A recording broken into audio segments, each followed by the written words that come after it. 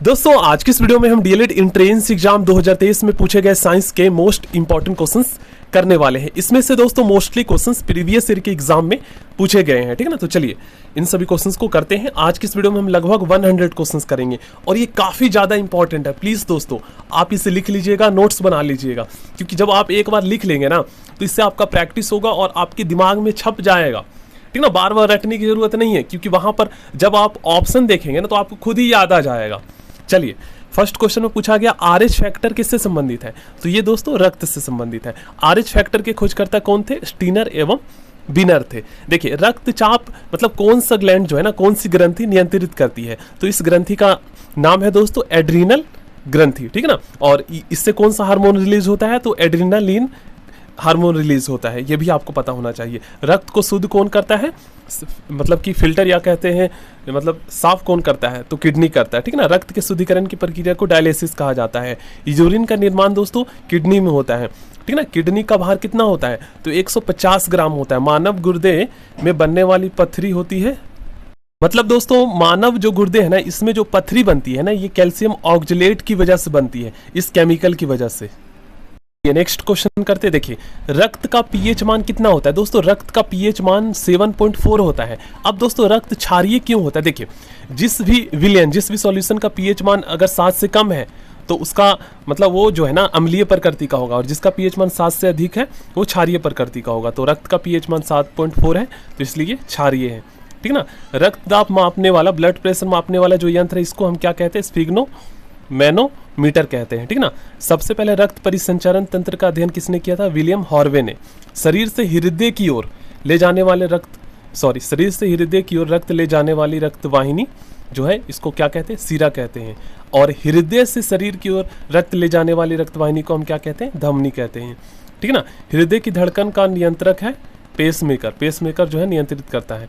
जराविक साथ क्या, ये कृत्रिम जो है हार्ट है, हृदय है। शरीर में ऑक्सीजन का परिवहन किसके द्वारा होता है? तो रक्त के द्वारा होता है, ठीक है ना। याद कर लीजिएगा, रक्त जो है हमारे शरीर में जो है ऑक्सीजन पहुंचाता है, तभी तो शरीर को एनर्जी मिलता है। जब रक्त की कमी हो जाती है दोस्तों तो शरीर में थकान हो जाता है, बिल्कुल भी ताकत नहीं मिलता। तो इसका मतलब ये है कि रक्त जो है वो शरीर को रक्त जो है वो ऑक्सीजन नहीं पहुंचा रहा है हमारे शरीर में, इसलिए।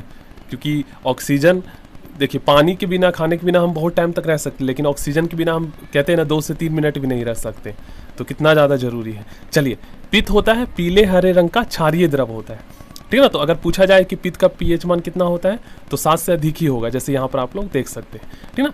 पित्त जो है ये स्रावित होता है, बाइल इंग्लिश में बोलते हैं, यकृत द्वारा। और यकृत जो है ना मानव शरीर का सबसे बड़ी ग्रंथि है, ये भी आपको पता होना चाहिए। यकृत लीवर में भविष्य के लिए कौन सा विटामिन भंडारित होता है, तो यकृत में विटामिन ए होता है, ठीक ना। वाइल जमा होता है किसमें? पित्त, ये पित्ताशय में होता है। चलिए हाइड्रोफोबिया रोग क्या है? ये कुत्ते के काटने से संबंधित है, ठीक ना, इससे काटने से होता है। हाइड्रोफोबिया रोग होता है विषाणु द्वारा, ठीक ना, वायरस के द्वारा फैलता है। विषाणु की खोज किसने की थी? इवानोवस्की सैने ने।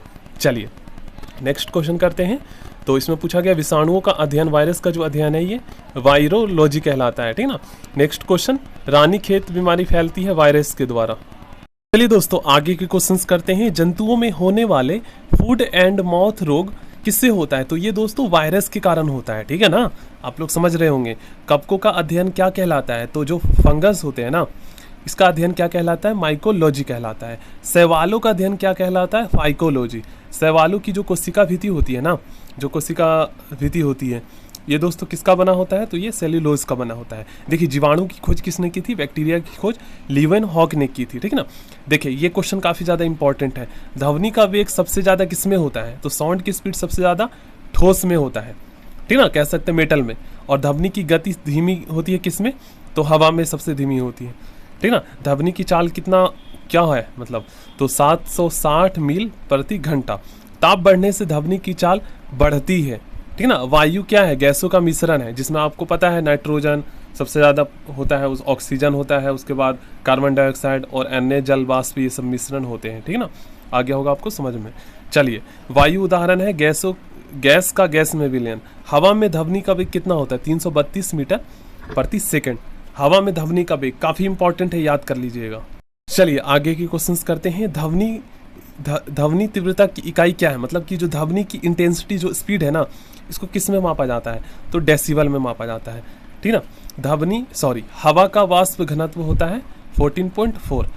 प्रकाश वर्ष क्या है, तो देखिए दोस्तों, प्रकाश वर्ष जो है ना, एक तो किलोमीटर भी होता है दूरी का मात्रक, लेकिन प्रकाश वर्ष जो है ना, ये दोस्तों खगोलीय दूरी मापने की इकाई है। मतलब कि जैसे पृथ्वी से सूर्य के बीच कितनी दूरी है, तो प्रकाश वर्ष के द्वारा मापा जाता है, ठीक ना। खगोलीय दूरी, एक प्रकाश वर्ष कितने मीटर या कितने किलोमीटर के बराबर होता है, तो 9.46 इंटू 10⁻12 या फिर मीटर में आप लोग यहाँ पर देख सकते हैं, ठीक ना।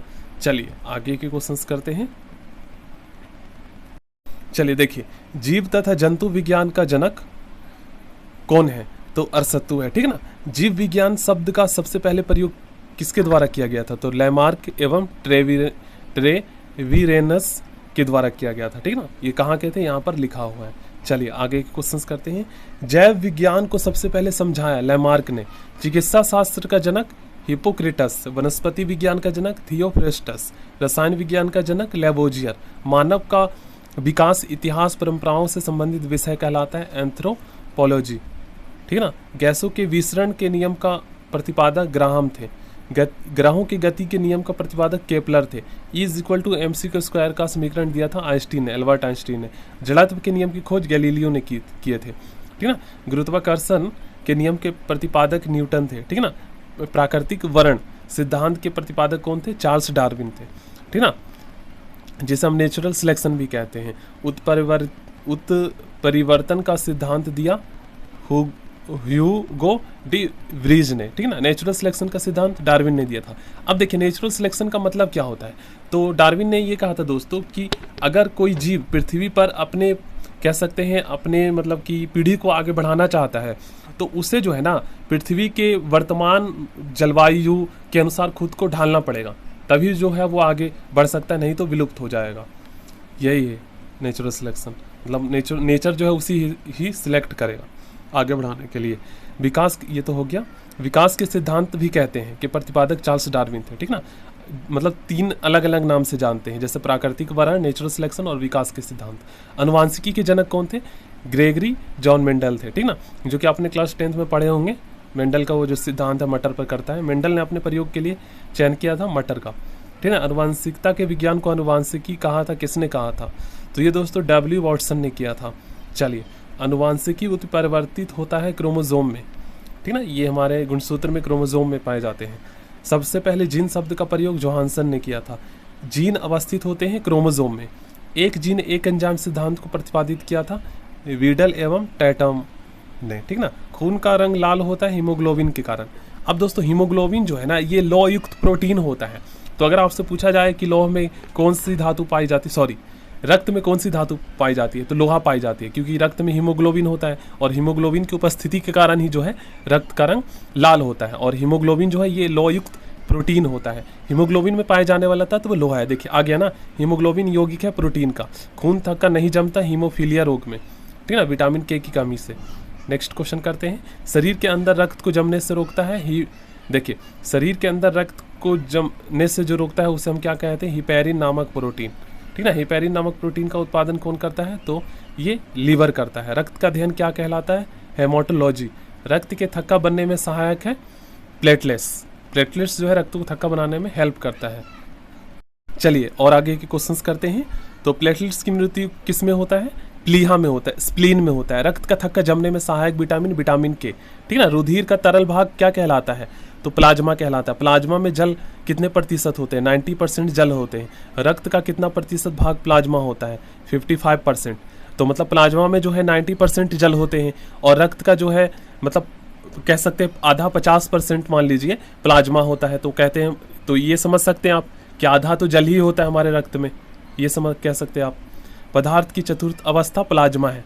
देखिए आ गया ना, ये मैंने आपको करवाया था। रक्त में पाई जाने वाली धातु लोहा है, ठीक ना। रक्त में लोहा ये तो कर ही चुके हम। ब्लड बैंक कहलाता है प्लीहा, स्प्लीन, ठीक ना। आरबीसी का कब्र का कहलाता है प्लीहा, स्प्लीन कहलाता है, ठीक ना। ब्लड बैंक में रक्त को सुरक्षित रखा जाता है 40 डिग्री फ़ारेनहाइट पर। रक्त समूह होते हैं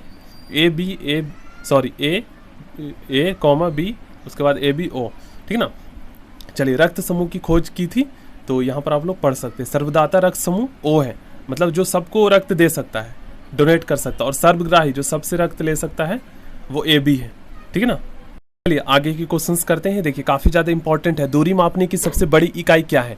तो देखिए दूरी मापने की दो बड़ी बड़ी इकाई है, एक तो है प्रकाश वर्ष और दूसरा है पारसेक। तो पारसेक जो है ना, ये प्रकाश वर्ष से ज्यादा दूरी मापने की इकाई है, प्रकाश वर्ष से ज्यादा दूरी मापने की इकाई है, ठीक है ना। जड़ों के रूपांतरण मूली और गाजर, तने के रूपांतरण है आलू और प्याज, पिट्यूटरी जिसे हम मास्टर ग्लैंड भी कहते हैं, ठीक है ना, ये पाई जाती है मस्तिष्क में, मतलब मटर के दाने के समान होता है, 0.6 ग्राम इसका वजन होता है, ठीक है ना। और इसे मास्टर ग्रंथि भी कहते हैं, सबसे महत्वपूर्ण ग्रंथि यही है। मास्टर ग्रंथि पिट्यूटरी ग्रंथि कहलाता है, हिंदी में पीयूष ग्रंथि। शरीर की सबसे छोटी ग्रंथि पिट्यूटरी ग्रंथि।